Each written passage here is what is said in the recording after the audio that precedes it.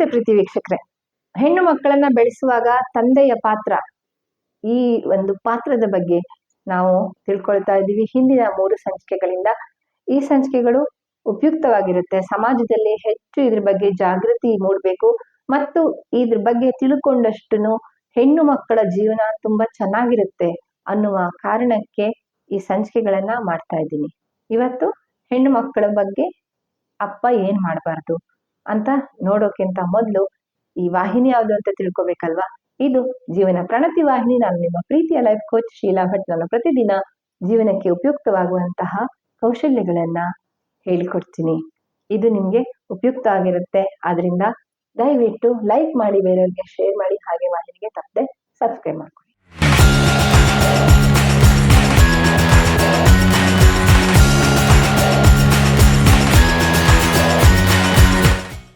Friends, ಹೆಣ್ಣು ಮಗು ಹುಟ್ಟುತ್ತೆ ಅಂತ ಮೊದ್ಲೇನೆ ಅಂದ್ಕೊಂಡು ಅದ್ರ ಬಗ್ಗೆ ತಿರಸ್ಕಾರವನ್ನ ಮೊದ್ಲೇನೆ ಬೆಳೆಸ್ಕೋಬೇಡಿ.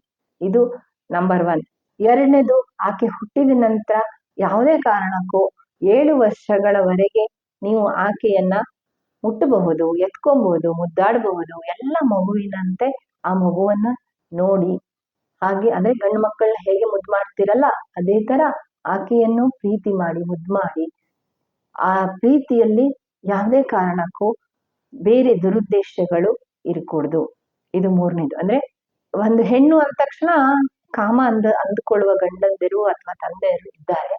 ಹಾಗೆ ಆಗದೆ ಇರಲಿ. ತಂದೆ ಅಂದ ತಕ್ಷಣ ಯಾರೋ ಒಬ್ರು ಮೊನ್ನೆ ಯಾವುದೋ ಒಬ್ರು ನೋಡ್ತಾ ಇದ್ದೆ, ನಾನು ತಂದೆ ಆದ್ಮೇಲೆ ಹೆಣ್ಣನ್ನು ನೋಡುವ ದೃಷ್ಟಿಕೋನವೇ ಬದಲಾಗೋಗಿದೆ ಅಂತಂದ್ರೆ ಎಂತ ಸಂತೋಷ ನೋಡಿ.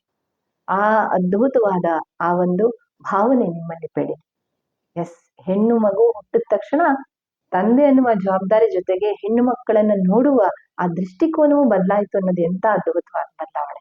ಅಂತದೊಂದು ಬದಲಾವಣೆ ಆಗಿ ಆ ಹೆಣ್ಣು ಮಗುವನ್ನ ಪ್ರೀತಿಯಿಂದ, ವಾತ್ಸಲ್ಯದಿಂದ, ಮಮತೆಯಿಂದ, ತಂದೆ ಎನ್ನುವ ಮಮತೆಯಿಂದ ಮುಟ್ಟೋದು ಬೇರೆ, ಬೇರೆ ಒಂದು ದುರುದ್ದೇಶದ ಭಾವನೆಯಿಂದ ಮುಟ್ಟೋದು ಬೇರೆ.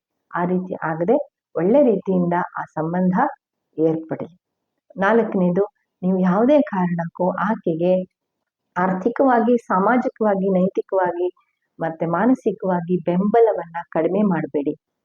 ಉದಾಹರಣೆಗೆ ಗಂಡು ಮಗು ಮೊದಲೇ ಹುಟ್ಲಿ, 2ನೇ ಹುಟ್ಲಿ, ಅಥವಾ ಆಗ್ಲೇ ಇಬ್ರು ಹೆಣ್ಮಕ್ಳಿರ್ಲಿ, ಮೊದಲೇ ಹೆಣ್ಮಕ್ಳಿರ್ಲಿ, ಆಕೆಯ ಯಾವುದೇ ವಸ್ತುಸ್ಥಿತಿ ವಿಷಯ ಏನೇ ಇದ್ರೂ ಕೂಡ ನೀವು ಆಕೆಯನ್ನ ನೆಗ್ಲೆಕ್ಟ್ ಮಾಡಕೂಡದು. ಆಕೆಗೆ ಸಮಾನವಾದ ಅವಕಾಶ, ಸಮಾನವಾದ ಟ್ರೀಟ್ಮೆಂಟ್, ಸಮಾನವಾದ ಏನಂತಾರ ಆ ಒಂದು ಗೌರವ, ಅದನ್ನ ಕೊಡ್ಬೇಕು. ಅದರಲ್ಲಿ ಯಾವುದೇ ಕಾರಣಕ್ಕೂ ತಾರತಮ್ಯ ಮಾಡಕೂಡದು.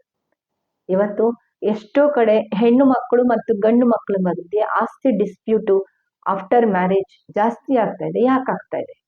ಯಾಕೆಂದ್ರೆ ಮೊಟ್ಟ ಮೊದಲೇದಾಗಿ ಆ ಗಂಡು ಮಕ್ಕಳಿಗೆ ಕುಟುಂಬದಲ್ಲಿ ಎಸ್ಪೆಷಲಿ ತಂದೆ ಕೊಟ್ಟಿರುವ ಪ್ರಿಯಾರಿಟಿ ಇದೆಯಲ್ಲ, ಅದು ಮನಸ್ಸಲ್ಲಿ ಕೂತ್ಬಿಟ್ಟಿರುತ್ತೆ. ಅದು ಒಂದು ವೆಂಜನ್ಸ್ ಕೊನೆಯವರೆಗೆ ಹೋಗ್ಬಿಟ್ಟು, ನಿಮ್ಗೆ ಗಂಡು ಮಗು ಮಾತ್ರ ಮುಖ್ಯ ಆಗಿತ್ತು, ನಾನು ಮುಖ್ಯ ಆಗಿರ್ಲಿಲ್ಲ, ಈಗ ನಾನು ನನ್ನ ರೈಟ್ ಅನ್ನ ತೆಗೆದುಕೊಳ್ತೀನಿ ಅನ್ನುವ ಆ ಭಾವನೆಯನ್ನ, ಆ ಒಂದು ದ್ವೇಷವನ್ನ, ಆ ಒಂದು ಮನಸ್ಸಿನ ನೋವನ್ನ ಹಾಗೆ ಅವರು ಹೊರಗಾಕ್ತಾ ಇರ್ತಾರೆ. ಆ ತರ ಆಗ್ಬಾರ್ದು ಮುಂದೆ ಅಂತಂದ್ರೆ ನಿಮ್ಮ ಎಲ್ಲ ಮಕ್ಕಳನ್ನು ಸಮಾನವಾಗಿ ಕಾಣಿ. ಹೆಣ್ಣು ಮಗು ಅಂತ ಆಕೆಯನ್ನ ಕೇರ್ ಟೇಕರ್ ಆಗಿಯೋ, ಮನೆಯಲ್ಲಿ ಒಂದು ಕೆಲಸದವಳು ಅಂತಾಳೋ ಆ ತರ ಟ್ರೀಟ್ ಮಾಡ್ಬೇಡಿ. ನಿಮ್ಮ ಗಂಡು ಮಗುವಿಗೆ ಎಷ್ಟು ಪ್ರಾಧಾನ್ಯತೆ ಕೊಡ್ತೀರಾ, ಪ್ರಾಮುಖ್ಯತೆ ಕೊಡ್ತೀರಾ, ಅಷ್ಟೇ ಪ್ರಾಮುಖ್ಯತೆಯನ್ನ ಹೆಣ್ಣು ಮಗುವಿಗೂ ಕೊಡಿ. 5ನೇದೇನಂದ್ರೆ, ಹೆಣ್ಣು ಮಗು ಯಾವುದೇ ಕಾರಣಕ್ಕೂ ಆತಂಕ ಪಡುವಂತಹ ಸನ್ನಿವೇಶವನ್ನ ನಿರ್ಮಿಸಬೇಡಿ. ಉದಾಹರಣೆಗೆ ಹೆಂಡತಿ ಹೊಡೆಯೋದು, ಹೆಂಡತಿ ಬೈಯೋದು, ಅಥವಾ ಎಲ್ಲರ ಮುಂದೆ ಜಗಳ ಆಡೋದು, ಆಮೇಲೆ ಗಂಡು ಅಂದ್ರೆ ತಿರಸ್ಕಾರ ಮೂಡುವ ಬೇಕು. ಆ ರೀತಿ ನಿಮ್ಮ ವರ್ತನೆ ಯಾವುದೇ ಕಾರಣಕ್ಕೂ ಇರಕೂಡದು. ಆದಷ್ಟು ನೀವು ನಿಮ್ಮ ಬಿಹೇವಿಯರ್ ಇಲ್ಲಿವರೆಗೆ ಅಂದ್ರೆ ತಂದೆ ಆಗುವವರೆಗೆ ಹೇಗ್ ಬೇಕಾದ್ರೂ ಇರ್ಲಿ, ಆದ್ರೆ ತಂದೆ ಆದ್ಮೇಲೆ ನೀವು ಒಬ್ಬ ಹೆಣ್ಣು ಮಗುವಿನ ತಂದೆ, ಅಲ್ಲಿ ತುಂಬಾ ದೊಡ್ಡ ಜವಾಬ್ದಾರಿ ಇದೆ ಅನ್ನೋದನ್ನ ಅರ್ಥ ಮಾಡ್ಕೊಳ್ಳಿ. ಇನ್ಮೇಲಾದ್ರೂ ಬದಲಾಗಿ. ಹಾಗೆ ಆ ಹೆಣ್ಣು ಮಗುವಿನ ಜೀವನದಲ್ಲಿ ಹೈ ಸ್ಟ್ಯಾಂಡರ್ಡ್ ಅನ್ನ ನೀವು ಮನಸ್ಸಲ್ಲಿ ರೂಪಿಸಿ. ಅದನ್ನ ಏನು ಅಂತ ನಾನು ಹಿಂದಿನ ಸಂಚಿಕೆಯಲ್ಲಿ ಹೇಳಿದ್ದೀನಿ. ಅದ್ರ ಬಗ್ಗೆ ತಪ್ಪದೆ ನೋಡಿ ತಿಳಿದುಕೊಳ್ಳಿ. ನೀವು ಯಾವಾಗ ಹೈ ಸ್ಟ್ಯಾಂಡರ್ಡ್ ಅನ್ನ ಆಕೆ ಮನಸ್ಸಲ್ಲಿ ರೂಪಿಸ್ತೀರಾ, ನೀವು ನಾಳೆ ಜೀವನದಲ್ಲಿ ಆಕೆಯ ಯಾವುದೇ ವಿಷಯದ ಬಗ್ಗೆ ನೀವು ತಲೆ ಕೆಡಿಸ್ಕೊಳ್ಳೋ ಅವಶ್ಯಕತೆನೇ ಇರಲ್ಲ. ಅವಳಿಗೆ ಗೊತ್ತು ಏನು ನನ್ನ ನಿರೀಕ್ಷೆ ಎಲ್ಲ ಅವಳಿಗೆ ಗೊತ್ತಿರುತ್ತೆ. She will do as per your ನಿರೀಕ್ಷೆ, ಎಕ್ಸ್ಪೆಕ್ಟೇಷನ್ ನಂಗೆ ಆಕೆ ಮಾಡ್ತಾಳೆ. ನೀವು ಹೇಳ್ದಲೇ ಎಲ್ಲ ಆಗ್ತಾ ಇರುತ್ತೆ. ನಿಮ್ಗೆ ಒಳ್ಳೆ ಅಳಿಯ ಬೇಕು, ಒಳ್ಳೆ ಕೆಲಸ ಹುಡುಕ್ಬೇಕು, ಒಳ್ಳೆ ಎಜುಕೇಶನ್ ತಗೋಬೇಕು, ಅವಳು ಯಾವಾಗ ಹೈ ಸ್ಟ್ಯಾಂಡರ್ಡ್ ಅಲ್ಲಿ ಇರ್ಬೇಕು. ಎಸ್, ಇದೆಲ್ಲ ಯಾವಾಗ ಆಗುತ್ತೆ ಅಂದ್ರೆ ನೀವು ಆಕೆಯ ಮನಸ್ಸಲ್ಲಿ ಹೈ ಸ್ಟ್ಯಾಂಡರ್ಡ್ ಅನ್ನ ಸೆಟ್ ಮಾಡಿದಾಗ.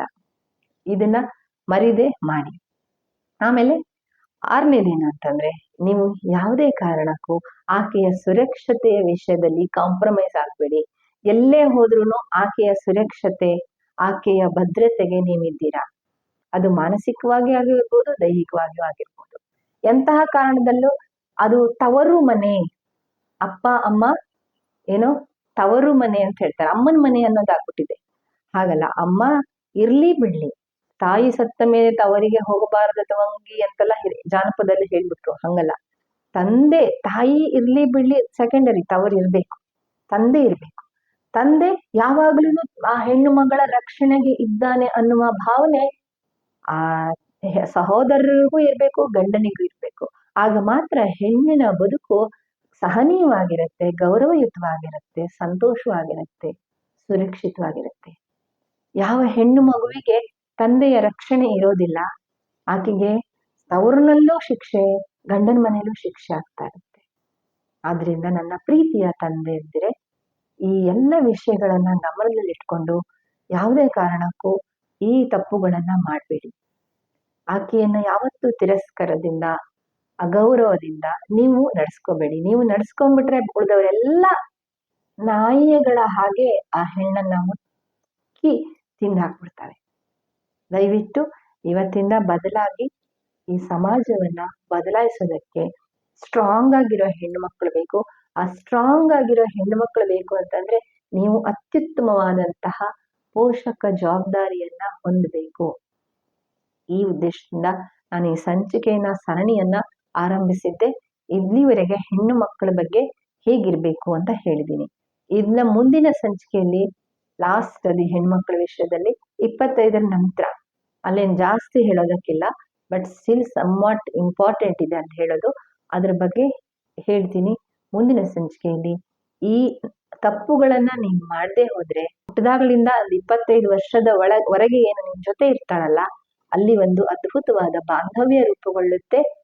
ಹಾಗೆ ಓಲ್ಡ್ ಏಜ್ಗೆ ನೀವು ಹೋದಾಗ ಯಾರು ಕೈ ಬಿಟ್ರು ಆಕೆ ನಿಮ್ಮನ್ನ ಕೈ ಬಿಡೋದಿಲ್ಲ. ಇದೆಲ್ಲ ನೆನಪಿನಲ್ಲಿ ಇಟ್ಕೊಂಡು ಇವತ್ತಿನಿಂದ ಅಪ್ಲೈ ಮಾಡಿ ನೋಡಿ. ನಿಮ್ಮ ಬದುಕಿನಲ್ಲಿ ಹೊಸ ರಿಸಲ್ಟ್ ಕಾದಿರುತ್ತೆ, ಅತ್ಯುತ್ತಮವಾಗಿರುತ್ತೆ. ಹೌದಾ ಅಲ್ವಾ? ಕಮೆಂಟಲ್ಲಿ ಹೇಳಿ. ಈ ವಿಷಯನ ಇಷ್ಟ ಆಗಿದ್ರೆ ದಯವಿಟ್ಟು ಲೈಕ್ ಮಾಡಿ, ಬೇರೆಯವರಿಗೆ ಶೇರ್ ಮಾಡಿ. ವಾಹಿನಿಗೆ ತಪ್ಪದೆ ಸಬ್ಸ್ಕ್ರೈಬ್ ಮಾಡ್ಕೊಳ್ಳಿ. ಸಿಗ್ತೀನಿ ನಾಳಿನ ಸಂಚಿಕೆಯಲ್ಲಿ ಆರೋಗ್ಯ ಪ್ರಣತಿಯಲ್ಲಿ. ಎಲ್ಲರಿಗೂ ಒಳ್ಳೆಯದಾಗಲಿ. ನಮಸ್ಕಾರ.